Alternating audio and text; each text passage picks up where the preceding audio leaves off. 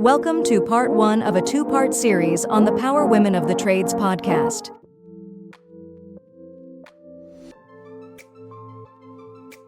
Hi, I'm Kelly Rowlett-Presgrave. I'm president and CEO of Work With Your Hands, and we are so proud to be a sponsor of Power Women of the Trades podcast. You can reach us at workwithyourhands.com. Kelly at workwithyourhands.com is my email. At Relentless Digital, we believe in breaking barriers and driving innovation. That's why we are extremely proud to sponsor the Power Women of the Trades podcast, supporting the voices and success of women in the home service industry. Together, we're creating a future where talent shines, regardless of gender, and diversity thrives. Join our journey at relentless-digital.com and always be relentless in your pursuit of excellence. This episode of Power Women of the Trades is also brought to you by Forrest Perry of Forrest Perry Digital Marketing. Want to generate more leads for your service business? Trust his team to deliver quality new customer leads and protect your brand online. Check out perrymarketing.com today. Welcome to Power Women of the Trades podcast. This show is all about breaking barriers and changing the game. Our guests will feature some of today's most successful female entrepreneurs and other advocates of our industry as well. Because if there's one thing we know for sure, female-led entrepreneurship drives change on multiple levels. We want to empower women in the trade industry like you so you can maximize your potential, stay balanced, achieve long-term success, and claim ownership over your life. Let's get started. Welcome to Power Women of the Trades podcast with Cassie and Heather. I'm Cassie, and we're so excited to have you guys joining in with us today. We have a great guest. Her name is Kim Batham from Nexstar Network. And welcome to the show, Kim. Thank you. This is like an honor, total honor to be here. You guys have been doing amazing things. And so I've been watching from the wings, and I can't believe I'm here. So Heather and I are both Nexstar members and have a big history in Nexstar. And so you're, getting to chat with you on your experience now being at Nexstar. That's awesome. But you have 20 years experience in the trades. Yeah, I started when I was a baby, of course. What all have you done? Yeah, so I started in the trades in the HVAC side of things. So I worked for Hardy, which is a distributors association out of Columbus, Ohio. So I worked there for about 9 years doing all kinds of program planning and marketing and projects and whatever it was that they needed me to do to support HVAC distribution all around the country and a little bit of international as well. And then from there, I decided that I needed to move to Minneapolis, Minnesota to be close to the guy I was dating, who I ultimately married. And I got a job at Honeywell. So I was working in the residential product line at Honeywell and doing product launches and running the Homes University training and working with all kinds of fun, exciting things with thermostats and indoor air quality and zoning and all of that. And then I wanted to get back into the association world because I missed it. And I did minimum stint in another industry, which I just really, really missed the amazing people in this industry. And so I found out, which I can't believe I had never heard about Nexstar. So found out about it, interviewed for one position, and they said, this isn't the right fit for you. You're going to be bored in 6 months, but we have this other great opportunity. So now I'm here rounding out my career. I've got the distribution side, the manufacturing side, and now I'm with contractors and I'm learning about plumbing and electrical too. So I've been with Nexstar about 3 years. Awesome. And what is your position at Nexstar now? I'm a connections coach. So my job is really to help people be successful through meeting and connecting with other members. And I build programs to help them do that, whatever that takes. That's awesome. And then on top of that, you were previously the president of Women of HVAC, correct? Is that right? Yeah, I was. I left that part out. Gosh, when they started Women in HVACR back in the early 2000s, I believe it was, I was still fairly new at Hardy. And the women who started it said, hey, look, we've got this great organization starting. We'd like for you to be involved. And so I got involved very, very early when they started it, and then got on the board and then ultimately worked into being president. So I was president of Women in HVACR in 2010. That's awesome. Yeah. So Heather and I both. Heather, have you been to Women of HVAC event? Oh, just one. I'm looking forward to it this year. I want to hear more about,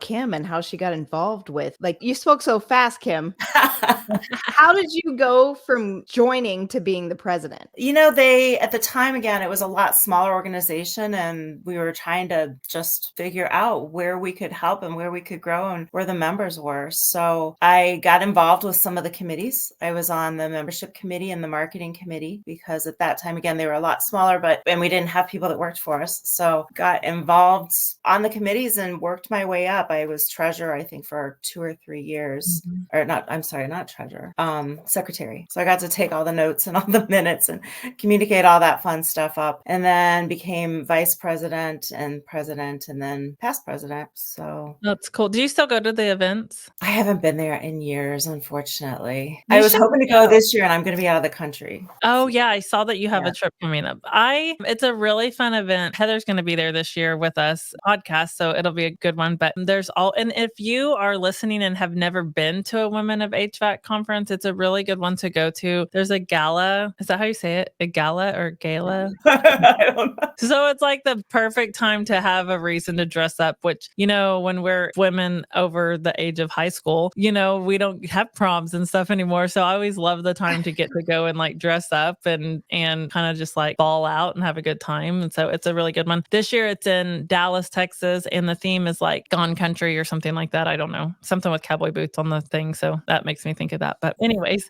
and then you said Nexstar. Now this episode is going to be probably a little niche for some, because if you're not a Nexstar member, you may not be able to do or get involved in some of the things that we're going to chat about. However, if you're not a Nexstar member, we'd love to help talk to you about that. But I think that everyone really has kind of some type of position like this in their best practice group, that your job is to help us all get connected and network with each other, right? Yeah. So are you in charge of like the Peabods, or no, that's someone else? Yeah, that falls under what I'm responsible for. So we have different groups that our success is through helping members get together. So what I do is build programs to help foster that. And that's why I started the Women of Nexstar group, is because when I came into Nexstar, I saw a bunch of opportunity, and I saw that there was just something really lagging and missing that area and that support. And so I said, all right, let's start this. And I got some amazing women together and said, let's do a steering team so that they can tell me what they need and I can make it happen. So I've got about 6 people that we meet monthly and talk about what it is that we need, who we should be involving, what we should focus on, and really just help reach out and support women in all levels of our members'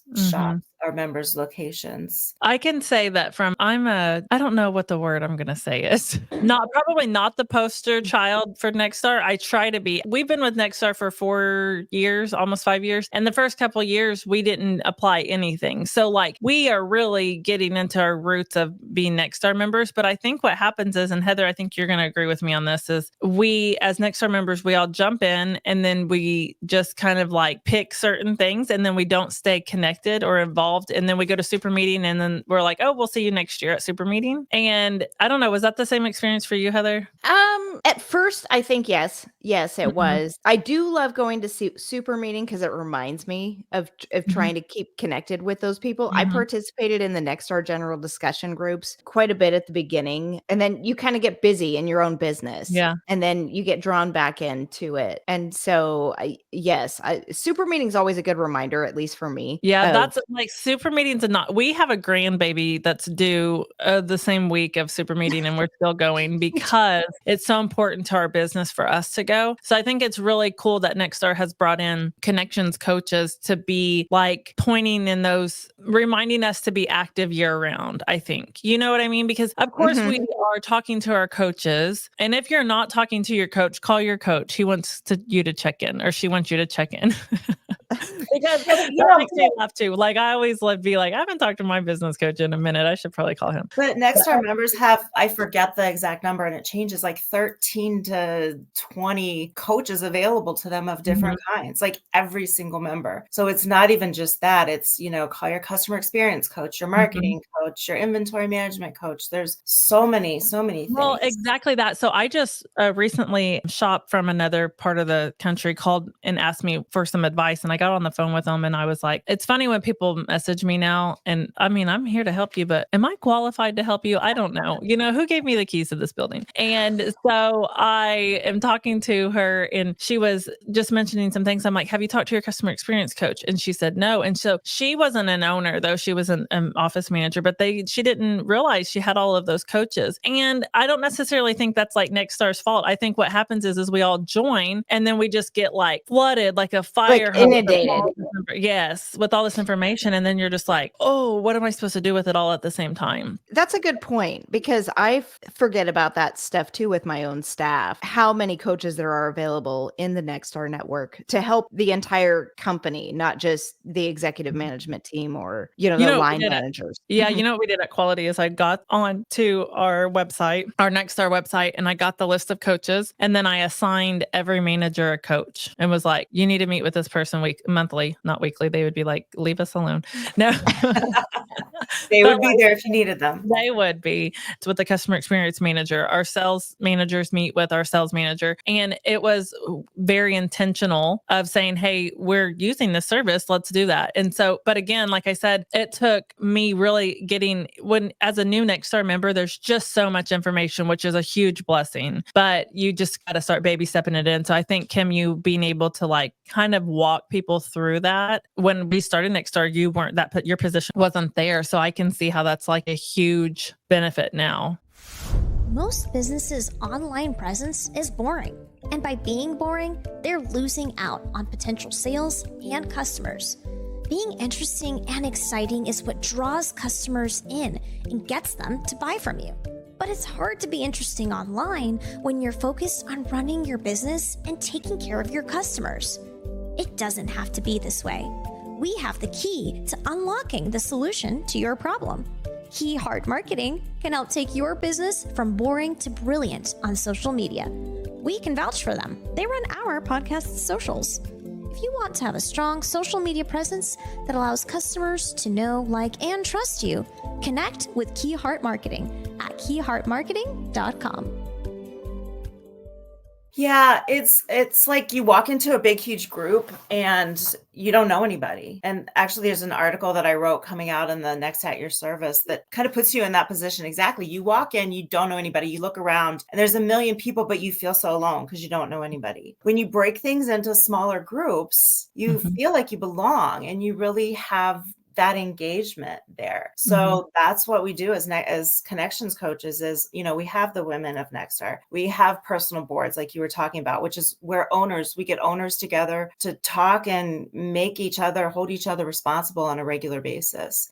We have next teams, which are manager level people that get together. Again, we've got like marketing next teams and general manager next teams, and those people meet on a regular basis. And then we have what we call meetups, which are just bigger opportunities for people to get together and talk and share. But one of the big magic pieces are our regional meetings that we hold all over the country. And they're hosted at our members' location. And then we go in, we have a coach or more come in and facilitate and find out what it is that the people in the room need. They get to see the members' location, learn a little bit about them, learn about others. Then there's, some topical information. And that is part of the membership dues. There's no extra fee for that. And any member can go to any of those. And we've got more than 20 that we're working on scheduling for next year. This year we've had, I think, about 23 or 24. Just opportunities for people to get together and network. And the thing I've always said about Nexstar is when you work it, it works. Like you have to do it.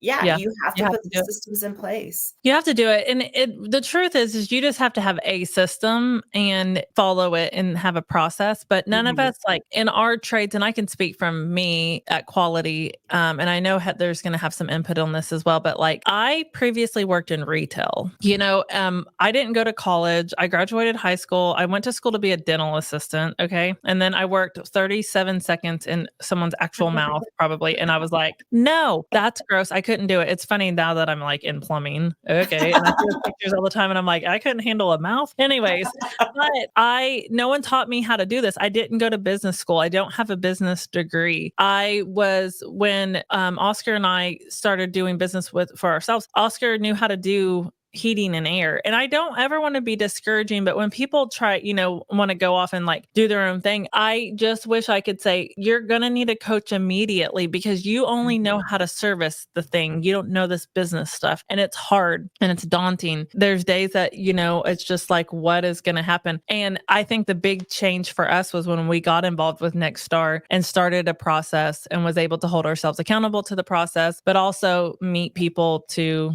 understand the same things. That's it exactly. When I was interviewing with Nexstar, they said it's college for the trades because a lot of people didn't go to college. Yep. They still find that they are very, very successful, but they need a coach. They need somebody to guide them along the way and teach them, the ins and outs and what it is that they need to do specific to what they're doing. Yeah. We're going to pause. Kaylee, 1542. I don't know why Heather's gone muted. Yeah, hang on just a second. I saw that. I thought, oh, should I be muted when I'm not talking? No. Okay. Yeah. So college for the trades is like a really good perspective of it, what we're doing. Yes. And I would have to agree with Cassie for Sky. Once we joined Nexstar, it was like this universe of things that we had dreamed about, but we didn't know how to get there.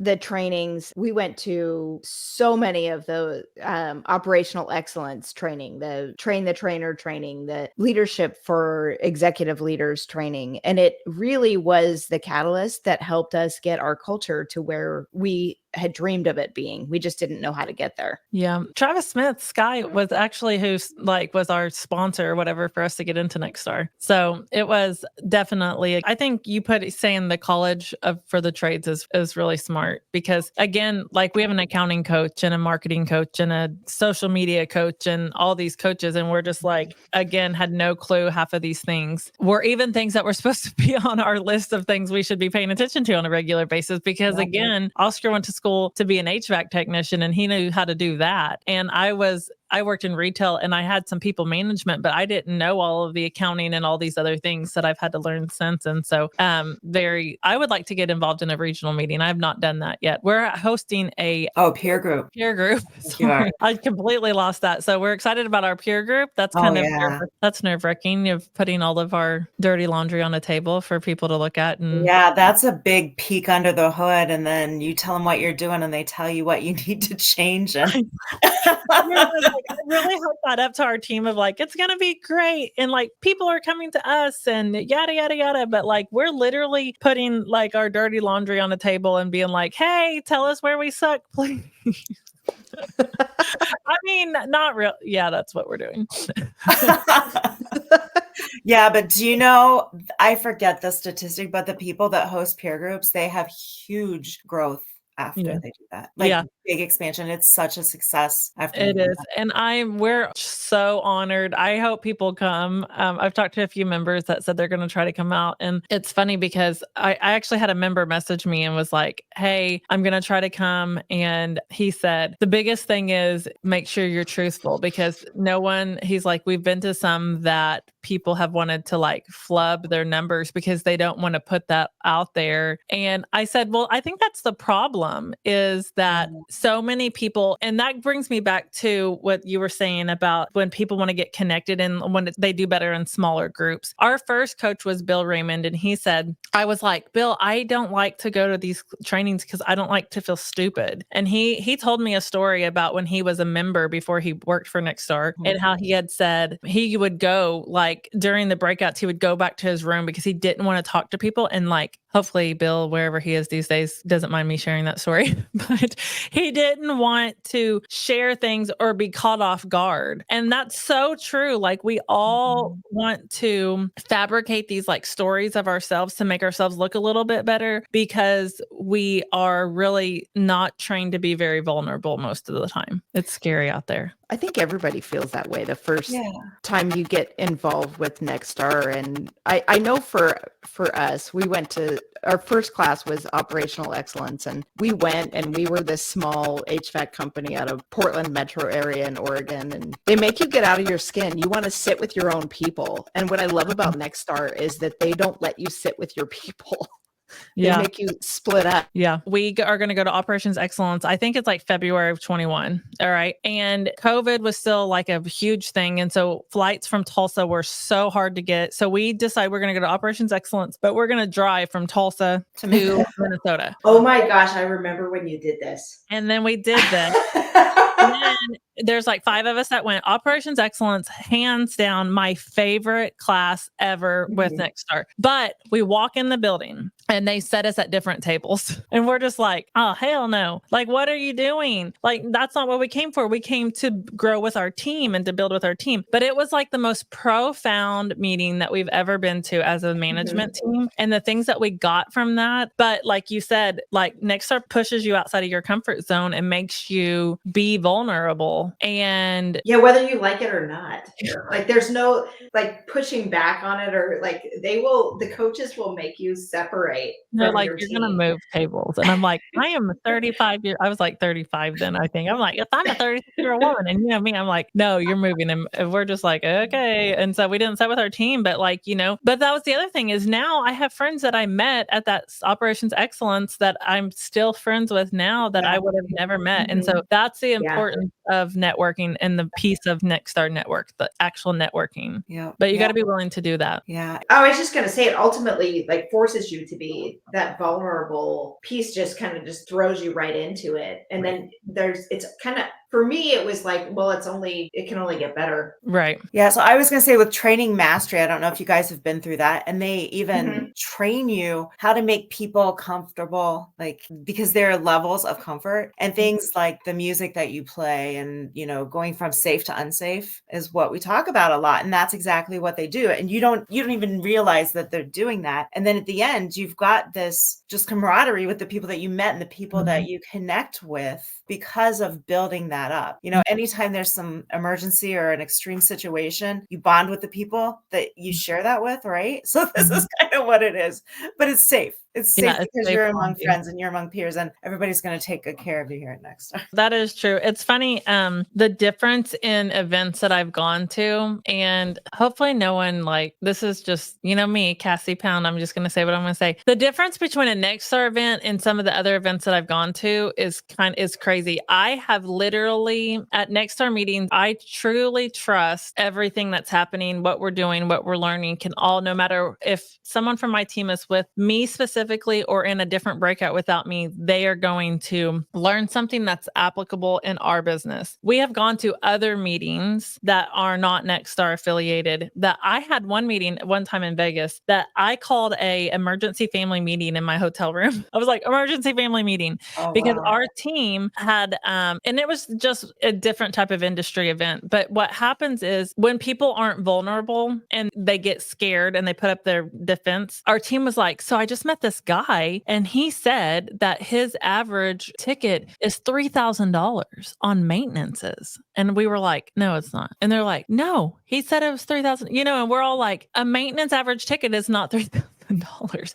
But what happens is people get into these groups sometimes. And again, we've not experienced this at a Nexstar meeting, but where they just start spitting off these things and it makes other people uncomfortable and nervous. And so now it's like my story's bigger than your story. But I feel like Nexstar has done a really good job of making us not feel like it has to be like that. Does that make sense? Like, we don't have to make up stories. We're just here to okay, leave it all on the table. And here's how we're going to fix it. Yeah. Together. You're here with friends and you have the support, and, take it, implement it or don't. That's up to you, and that's up to your success. So as far as your position at Nexstar, Kim, is there anything new? You said in 2025, there's going to be 20 regional meetings. Yeah, we've got a goal of 24. And the other thing we're trying to do is get to other industry events and help members connect there. So Pantheon is right after our super meeting. So a lot of our members are going there, and we're trying to help them find ways to connect with each other, people that are going there. The AHR Expo this year is going to be in Orlando, and we have a lot of members that go there. So we're trying to find a way to help people get together and find your tribe. Because again, even when you walk into something like that's outside of Nexstar, you're still going to run into people. So if there are ways that you guys can help,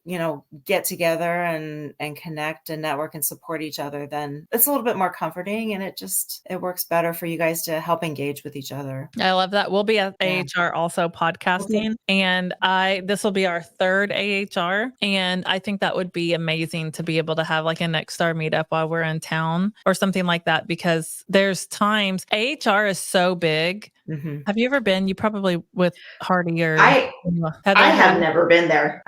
This will be my first year. It is. Okay, so let me tell you. The first year that we went was in Atlanta, and I am like this little country girl from Oklahoma, okay? Like I pretend to be a big famous movie star.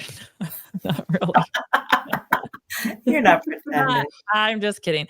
But AHR was literally like, oh girl. So it is so cool. There's people like globally that are coming. The first year was in Atlanta that we were newbies to podcasting. So we would podcast in this one section, and we had this in our brain that we could just get over to this other section and podcast. Oh no, you were walking like 2 miles in the event, like to get to the next spot. It is massive because there's so many different cultures. There's prayer rooms, which I thought was amazing that people could go for their time. Like there's interpreters everywhere. I mean, it is a global event that until you go there and experience it, you literally have no clue that HVAC is this big. Yeah, it's incredible. I exhibited there when I was at Hardy and at Honeywell. I had a booth there. So I've been going to AHR since, again, date myself, I think it was 2004. Mm-hmm. No, before that probably was the first one that we went to. And it's incredible. And the receptions and stuff that they have at night and all the other meetings and trainings and stuff just outside of the show. Yeah, it's really cool. So Women of HVAC normally has an event, but again, having a Nexstar event there would be so cool. Yeah. Again, it brings us back together because sometimes